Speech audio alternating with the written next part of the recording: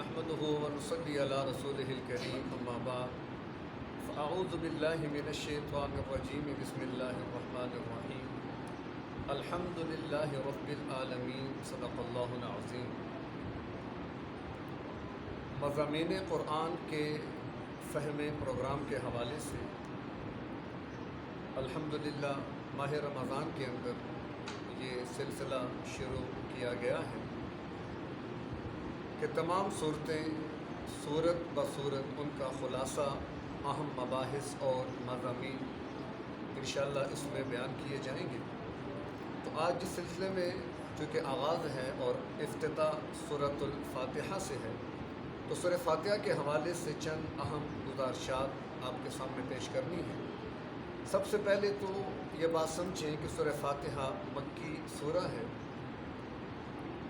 اور پہلی وہ سورہ جو مکمل نازل ہوئی ہے، اگرچہ اس سے پہلے سورہ مزمل، سورہ مدثر اور سورہ علق کی آیات نازل ہو چکی تھی۔ اس سورہ مبارکہ کا نام فاتحہ رکھا گیا۔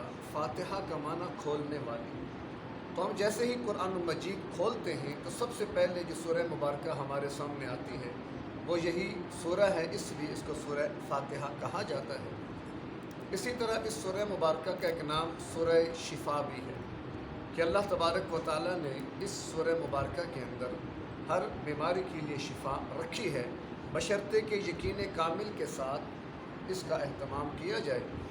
جیسا کہ بخاری شریف کی روایت بھی ہے کہ حضرات صحابہ کسی بستی سے گزرے اور ان سے کھانا طلب کیا تو اہل بستی نے کھانا دینے سے انکار کر دیا، تو صحابہ نے وہیں قریب پڑاؤ ڈال دیا کہ رات کو 2 افراد بستی سے بھاگتے ہوئے آئے اور کہنے لگے کہ ہمارے سردار کو سانپ نے ڈس لیا ہے، اگر تم میں کوئی اس کا علاج کرنے والا ہے تو آؤ ہمارے ساتھ۔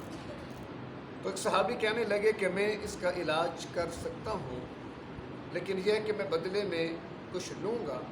تو بارکیف 30 بکریاں عوض اور معاوضے کے طور پر طے ہوئیں۔ وہ صحابی وہاں پہنچے اور وہاں پہ جا کے اسے دم کیا اور دم کرنے کے بعد اللہ نے اس کو شفا دے دی۔ 30 بکریاں لے کر واپس آ گئے۔ صحابہ میں اختلاف بھی ہوا کہ دم کے بدلے بطور عوض اور معاوضے کے بکریاں لی گئیں تو آیا کہ ان کا استعمال کیسا ہے۔ تو بارکہ مختصر یہ کہ یہ معاملہ آپ علیہ الصلاۃ والسلام تک پہنچا تو آپ نے ان بکریوں کو حلال اور جائز قرار دیا کہ یہ معاملہ درست تھا، اور سوال کیا اس صحابی سے کہ آپ نے کیا پڑھ کے دم کیا جس کی وجہ سے شفا ہو گئی۔ تو وہ عرض کرنے لگے یا رسول اللہ میں نے سورہ فاتحہ پڑھ کر اس پر دم کیا تھا، اللہ نے شفا دے دی۔ تو آپ صلی اللہ علیہ وسلم نے فرمایا کہ اللہ نے سورہ فاتحہ کے اندر شفا رکھی ہے، تو اس بنیاد پر اس کو سورہ شفا بھی کہتے ہیں۔ اسی طرح اس کا نام سورہ تعلیم المسئلہ بھی ہے، یعنی مانگنے کا طریقہ۔ یہ سورہ فاتحہ ہمیں اللہ سے مانگنے کا طریقہ سکھاتی ہے، جس کا اسلوب یہ ہے کہ آغاز میں اللہ تبارک و تعالیٰ کی حمد و ثنا ہے، اور اس کے بعد انسان کی عاجزی اور فقر اور مسکنت کا بیان ہے، اور اس کے بعد پھر آگے دعا و التجا ہے، جس سے معلوم ہوا کہ جب بھی اللہ تبارک و تعالیٰ سے مانگنا ہو تو پہلے اللہ کی حمد و ثنا بیان کی جائے، پھر اس کے بعد اپنی عاجزی کا اظہار کیا جائے، پھر اللہ سے اپنا مقصد مانگا جائے۔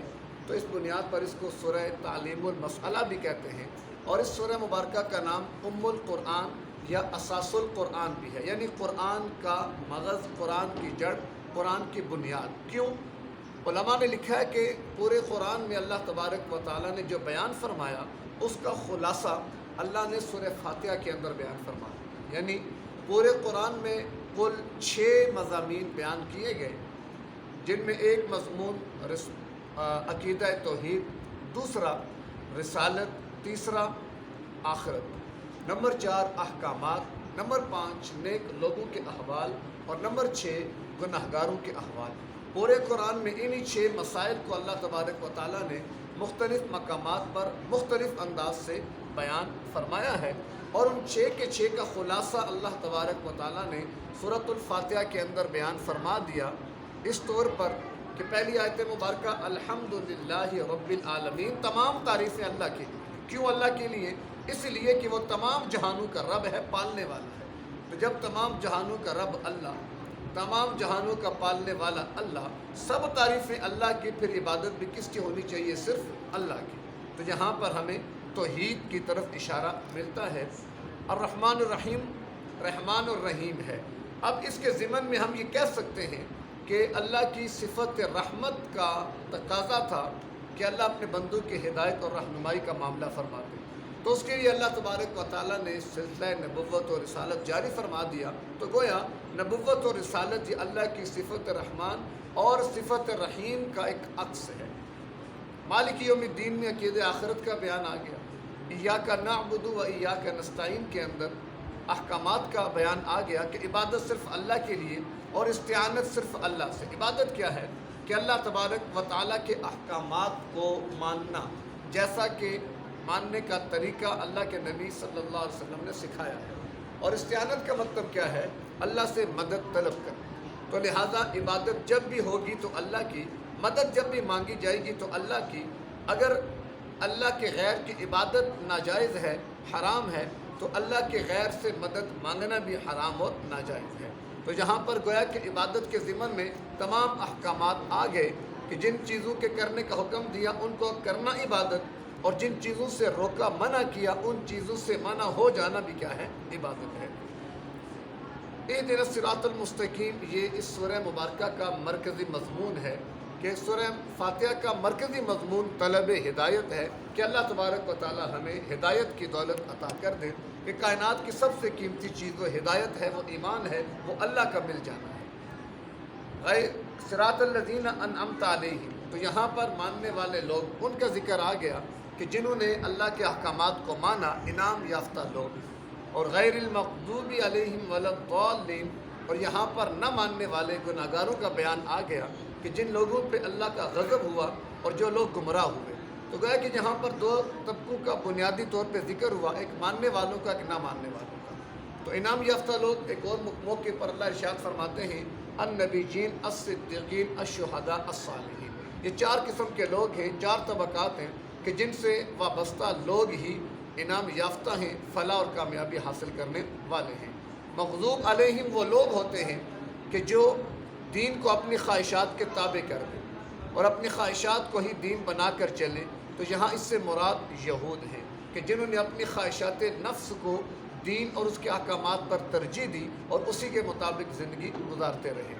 और ज़ालिमीन से मुराद वो लोग होते हैं कि जो हक़ को वाज़ेह हो जाने के बावजूद महज अपने मफादात की खातिर हक़ को छोड़कर बातिल के रास्ते पे चल पड़े, यानी गुमराह लोग। तो यहाँ इससे मुराद ईसाई हैं।